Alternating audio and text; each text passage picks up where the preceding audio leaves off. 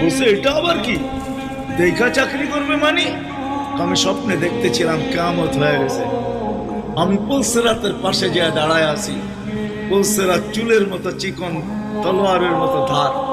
ভয় পাইতেছিলাম এটার উপরে পা রাখবো তো রাখবো কি করে। একটু পরে চিৎকার শুনলাম, তো দেখলাম মাদ্রাসার ছেলেগুলা সবগুলা হইহুল্লার করতে করতে আসতেছে।